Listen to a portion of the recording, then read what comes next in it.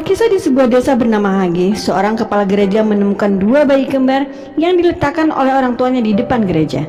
Dua bayi itu bernama Yuno dan Asta. Waktu berlalu, keduanya tumbuh besar dalam asuhan Bapak Oruji, sang kepala gereja. Hidup di desa Hage sebagai yatim piatu membuat keduanya merasa terkucil. Sehari-hari hanya Suster Eli yang menemani mereka seperti hari itu, di mana Suster Eli menceritakan sebuah kisah pada Asta dan Yuno. Kisah monster jahat yang menyerang kerajaan Clover.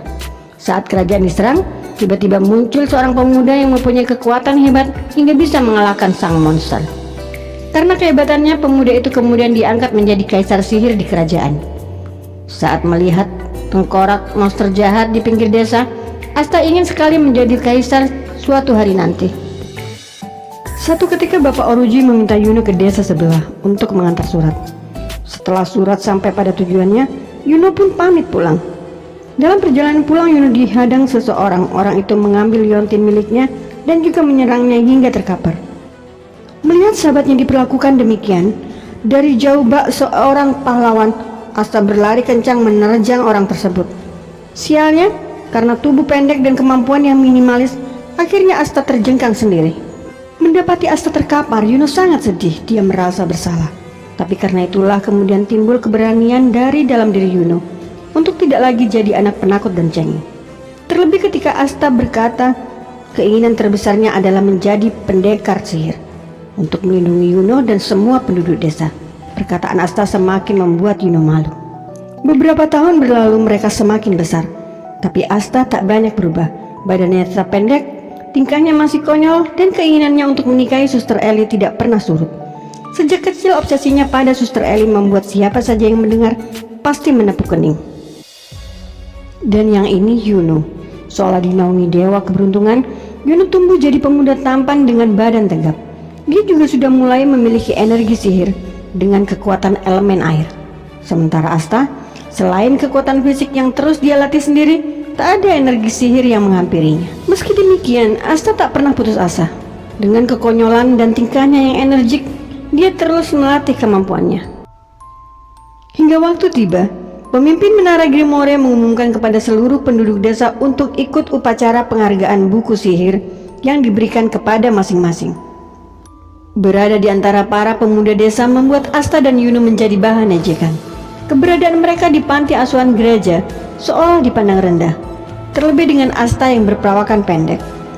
Mereka selalu memanggilnya dengan sebutan cebol. Tapi Asta tidak peduli. Saat yang ditunggu pun tiba. Buku-buku sihir itu berterbangan seolah mencari tuannya. Masing-masing orang mendapat satu buah buku yang datang sendiri pada mereka.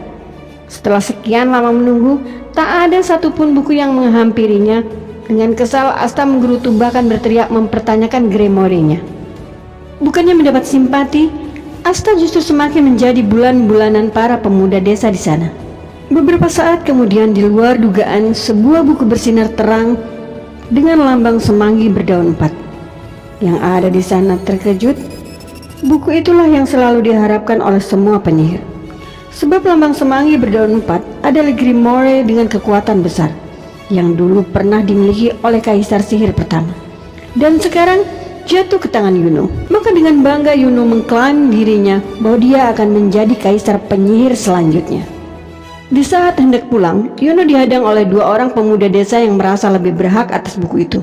Pertarungan pun tak dapat dihindari. Tapi begitu Yuno mengeluarkan kemampuannya, mereka lari tunggang langgang seolah ditelan bumi. Belum lagi pertunjukan usai, datang seseorang yang belakangan diketahui bernama Revici, menangkap mereka semua menggunakan rantai dengan kekuatan sihirnya. Ternyata Revici bermaksud mengambil Grimoire Yuno. Lagi-lagi merasa bak pahlawan tiada tanding, Asta kembali datang sebagai juru selamat. Tapi kekonyolannya kali ini lebih ke arah bodoh. Sebab tanpa kekuatan sihir, Asta berusaha merebut kembali Grimoire Yuno. Tak ayal untuk yang kesekian kali Asta jadi bulan-bulanan. Di saat terdesak pun, Asta tak juga berputus asa sebab kekuatan fisik yang dia latih selama ini lebih dari cukup jika hanya untuk melawan pertarungan tangan kosong. Di tempatnya Revici terus saja menghina Asta. Mendengar semua ucapan Revici, darah Asta semakin mendidih. Melihat itu, Yuno memberi Asta semangat dia mengingatkan sahabatnya jika rival yang sesungguhnya nanti adalah dirinya dan Asta. Mendengar itu, ambisi Asta kembali bergejolak, tapi di luar dugaan.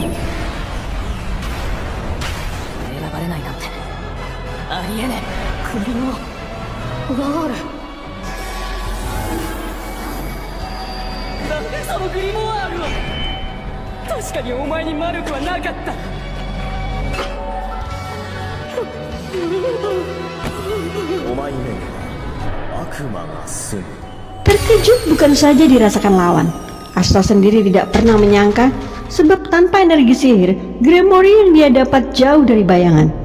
Semanggi berdaun 5, artinya kekuatan iblis ada dalam Gremory-nya.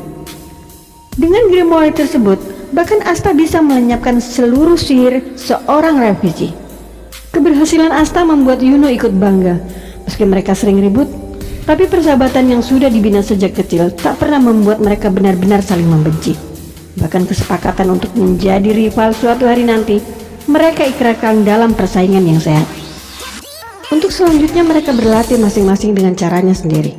Yuno yang dari awal sudah memiliki energi sihir berlatih dengan memperdalam ilmu sihirnya agar bisa menguasai roh sihir angin sesuai dengan elemen sihir miliknya. Ditambah lagi sekarang dia memiliki Gremory semangka berdaun 4 yang memang langka. Hal itu membuatnya semakin bersemangat.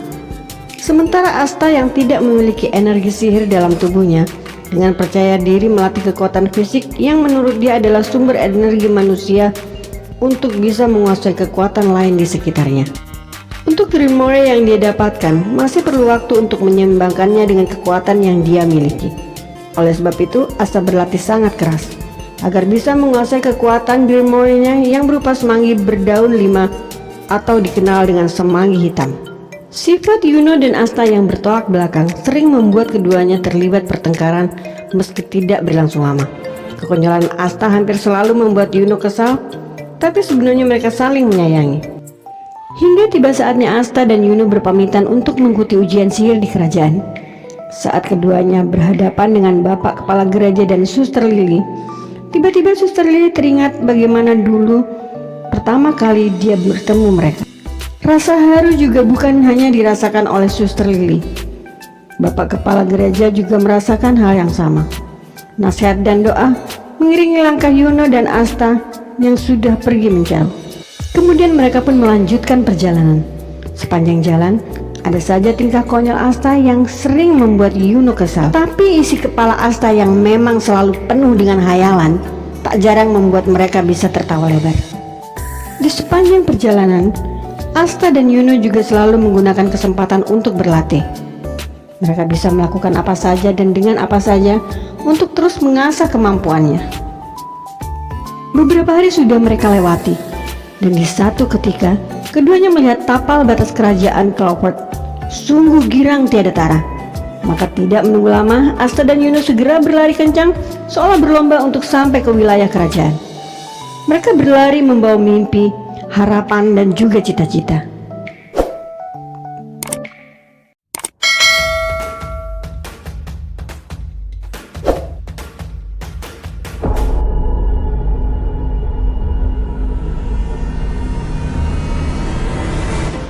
Hai semua, senang sekali bisa temani kalian di MJ Channel. Semoga selalu sehat dan bahagia pastinya. Tolong bantu subscribe, like, dan bunyikan notifikasi ya. Terima kasih.